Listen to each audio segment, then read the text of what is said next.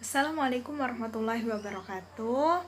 Hai adik-adik, perkenalkan saya Desi Suci Permatasari dari Program Pendidikan Fisika Universitas Sriwijaya. Di sini saya akan menjelaskan materi mengenai induksi elektromagnetik yang terdapat pada kompetensi dasar 3.4 kelas 12. Nah, kakak ingin tanya sih, apa sih induksi elektromagnetik itu? Mungkin kalian sudah sering dengar mengenai induksi elektromagnetik. Induksi elektromagnetik adalah peristiwa timbulnya arus listrik akibat adanya perubahan fluks magnetik. Fluks magnetik adalah banyaknya garis gaya magnet yang menembus suatu bidang. Baiklah adik-adik, apakah kalian tahu siapa orang yang memiliki gagasan bahwa medan magnet dapat menghasilkan arus listrik? Siapa yo? Ya, benar sekali. Michael Faraday, seperti gambar di samping, itu adalah orangnya. Nah, dia berpendapat mempunyai gagasan terlebih dahulu bahwa medan magnet itu bisa menghasilkan arus listrik.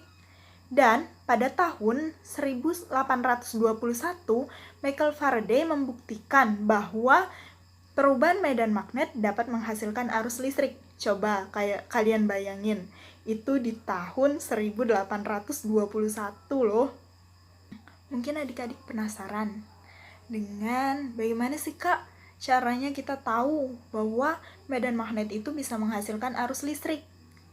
Nah adik-adik, itu ada alatnya, namanya galvanometer. Galvanometer merupakan alat yang dapat digunakan untuk mengetahui ada tidaknya arus listrik yang mengalir, seperti gambar di samping alatnya. Nah, gaya gerak listrik yang timbul akibat adanya perubahan jumlah garis-garis gaya magnet disebut dengan gaya gerak listrik induksi. Sedangkan arus yang mengalir dinamakan arus induksi dan peristiwanya disebut dengan induksi elektromagnetik.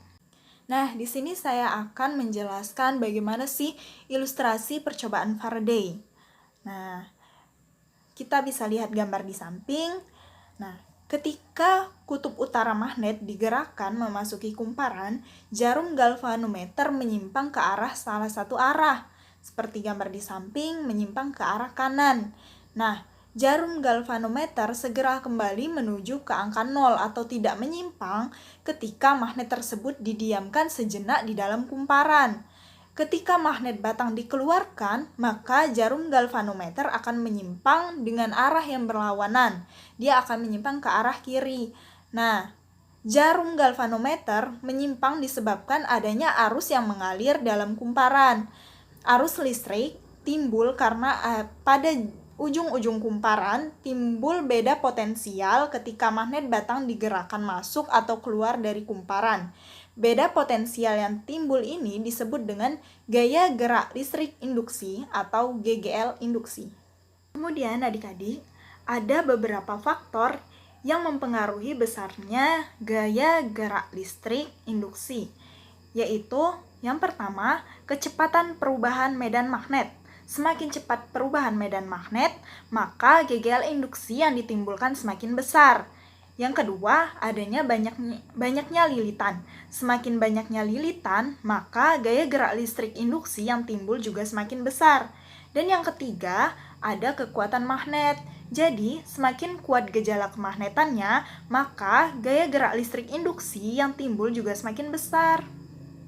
Bagaimana sih penerapan induksi elektromagnetik atau penerapan gaya gerak listrik induksi dalam kehidupan sehari-hari? Nah, pada induksi elektromagnetik kan terjadi perubahan bentuk energi gerak menjadi energi listrik. Induksi elektromagnetik digunakan pada pembangkit listrik. Pembangkit listrik yang menerapkan induksi elektromagnetik adalah generator dan dinamo. Di dalam generator dan dinamo terdapat kumparan dan magnet. Kumparan atau magnet yang berputar menyebabkan terjadinya perubahan jumlah garis-garis gaya magnet dalam kumparan. Perubahan tersebut menyebabkan terjadinya GGL induksi pada kumparan. Nah, energi mekanik yang diberikan generator dan dinamo diubah ke dalam bentuk energi gerak rotasi. Hal itu menyebabkan GGL induksi dihasilkan secara terus-menerus dengan pola yang berulang secara periodik. Nah, seperti yang kakak bilang tadi, ada generator dan dinamo. Di sini ada generator listrik.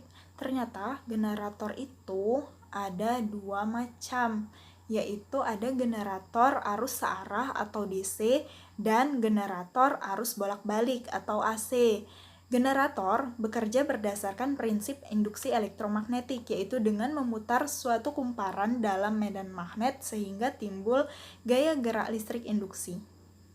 Di dalam induksi elektromagnetik ini, selain induksi elektromagnetik, gaya gerak listrik induksi, arus listrik, itu kita mengenal istilah flux magnet. Flux magnet adalah banyaknya garis gaya magnet yang menembus suatu luasan tertentu. Nah, atau flux magnet ini bisa diartikan sebagai perkalian antara medan magnet dengan luas bidang yang letaknya tegak lurus dengan bidang induksi magnetnya. Secara sistematis dapat digambarkan seperti gambar di samping ini. Nah, percobaan Faraday, hukum yang dikenal sebagai hukum Faraday. Nah, hasil percobaan yang dilakukan Faraday menghasilkan sebuah hukum yang berbunyi, yang pertama, bila jumlah flux magnet yang memasuki suatu kumparan berubah, maka pada ujung-ujung kumparan timbul gaya gerak listrik induksi atau GGL induksi. Dan yang kedua, besarnya gaya gerak listrik induksi bergantung pada laju perubahan flux dan banyak lilitannya.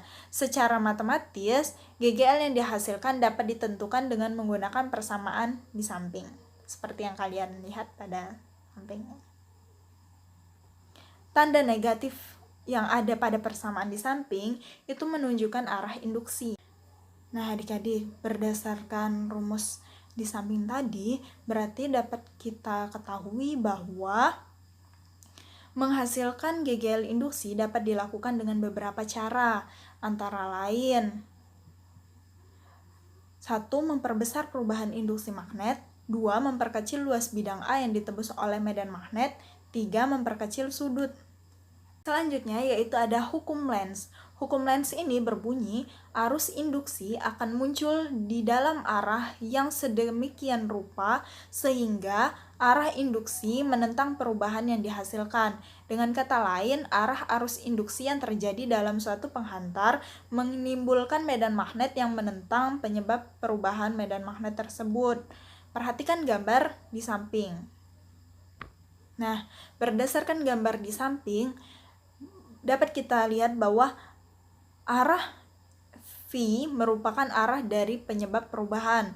Arah gaya Lorentz VFL akan selalu berlawanan dengan arah V. Dengan menggunakan aturan tangan kanan, dapat diperoleh arah I dari P ke Q. Persamaan hukum Lenz dapat kalian lihat seperti gambar di samping ini. Nah, dapat kita lihat faktor penyebab timbulnya gaya gerak listrik induksi. Yang pertama yaitu gaya gerak listrik akibat perluasan kumparan dalam medan elektromagnetik, seperti yang ada pada gambar di samping. Nah, yang kedua yaitu gaya gerak listrik induksi akibat perubahan orientasi sudut kumparan θ terhadap medan elektromagnetik. Dan yang ketiga yaitu gaya gerak listrik induksi akibat perubahan induksi magnetik. Nah, jadi adik-adik, konsep induksi elektromagnetik dapat diterapkan dalam produk teknologi seperti yang pertama yaitu generator, seperti gambar di samping, dan kedua transformator, dan yang ketiga yaitu induktor. Mungkin itu saja penjelasan dari saya mengenai induksi elektromagnetik. Atas perhatiannya saya ucapkan terima kasih. Wassalamualaikum warahmatullahi wabarakatuh.